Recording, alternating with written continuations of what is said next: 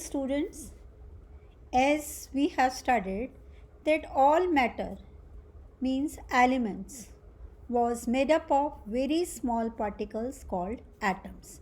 Previously, by Indian philosophers, it was named as Parmanu, but after it is called as atom. So, let us study about atom first. It was given by John Dalton in 1803 as Dalton's atomic theory. He gave 6 postulates. This we have discussed already. These are the postulates which we have already discussed, that all matter is made up of very tiny particles called atoms. Atoms are indivisible particles which cannot be created or destroyed in a chemical reaction. Atoms of a given element are identical in mass and chemical properties. Atoms of different elements have different masses and chemical properties. Atoms combine in a ratio of small whole number to form compound. The relative number and kind of atoms are constant in a given compound. But there was some drawbacks, means he was not able to explain few things which was discovered afterwards. What were the drawbacks of the Dalton atomic theory?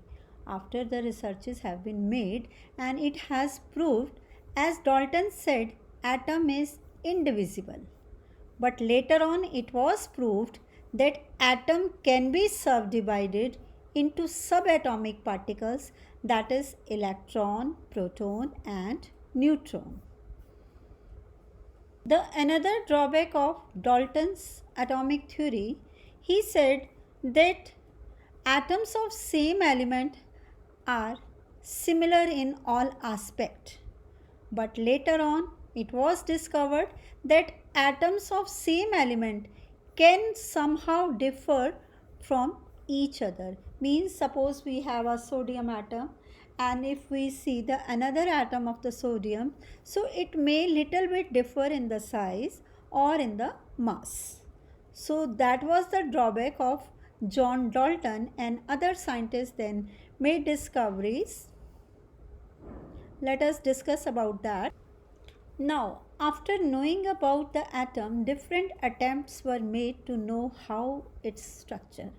As we know, its structure is spherical and it consists of 3 fundamental subatomic particles, that are electron, proton and neutron.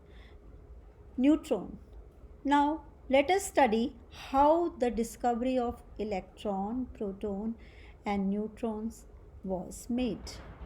Many scientists worked on it, and the discovery of electron, the fundamental particle of an atom, was discovered by J.J. Thomson. He did the experiment. He took Crookes tube, or name as discharge tube, and arranged the apparatus as shown in figure. Before discussing this, I just want to tell you that Faraday was a scientist. He had already done this experiment, that at very high temperature and low pressure the gases conduct electricity. And J.J. Thomson took this as a base for this experiment. He set up the apparatus like this. What is this? This is a glass tube, 6 centimeter long glass tube, which is known as discharge tube. It has 2 electrodes, that is cathode and anode, which are connected to a very high voltage generator, and a vacuum pump is connected so that to decrease the pressure. So he took a gas in this discharge tube. Any gas can be taken. That he took a gas in this discharge tube.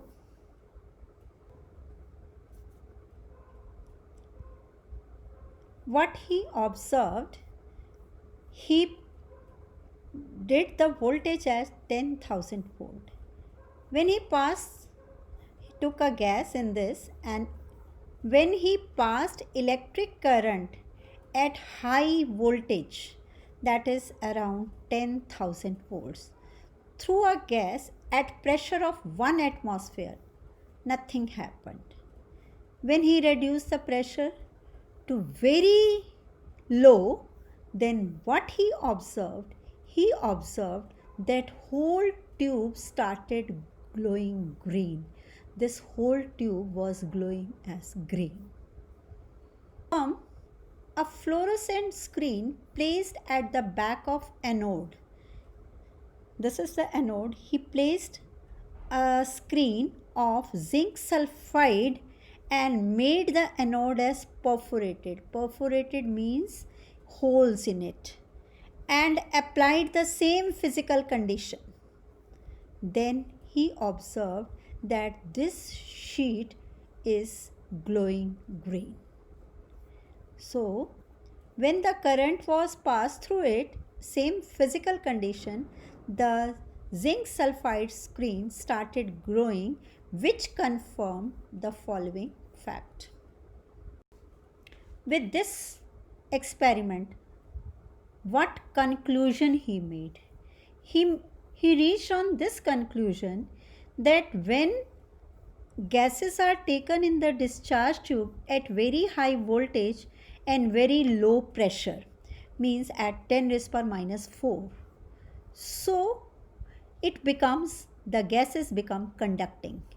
The some rays passes through cathode and travels to anode, which produces the green glow on anode, which is seen on the fluorescent sheet. So, as cathode is negatively charged, so the rays which are passing through cathode and going to anode, they are negatively charged particles or negatively charged rays known as cathode rays, or later on it is passing through gas, so it ionizes the gas, and some negative particles of gas also move to the anode, that later on was known as electron. This experiment was known as cathode rays experiment, and this is concluded like this: when electric current was passed through the gas at low pressure and at high voltage, some rays were emitted through cathode and were traveling towards anode, called cathode rays, consisting of negatively charged particle called electrons. Negatively charged particle came from where? That is from gas. Was the discovery of electron. Now let us study about discovery of proton. It was discovered by the scientist E. Goldstein. It was actually discovered while carrying out the experiment to produce cathode rays. The apparatus uses same. So, when cathode rays have been discovered, the E. Goldstein studied more, and he found that more facts are on this experiment. What was that? He said he used the same apparatus in same manner as it was used in the discovery of electron.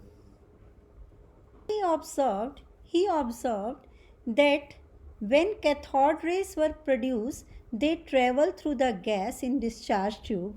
While doing so, they ionize the gas and take the negative part of the gas towards the anode. At that time, then gas consists of left out with positive particles which travel to cathode.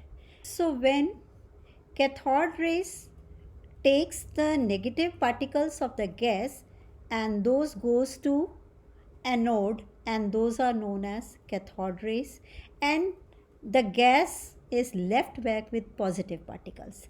They form the rays and moves towards the cathode. and they are known as canal rays. And these positive particles are later on known as protons. So what we write, that they took the electrons when gas is ionized, they took the electrons of the gas, leaving behind positively charged particles of the gas. Here negative particle as cathode rays goes to anode, and the positive particles which are left back, they moves towards the cathode. Means at high temperature and very low pressure, the gas get ionized in positive particles and negative particles. Negative particles moves towards cathode, and positive particle moves towards cathode and negative particles moves towards anode. So as these particles possessive positively charged, so they were named as proton. Like this way the discovery of electron and proton was made.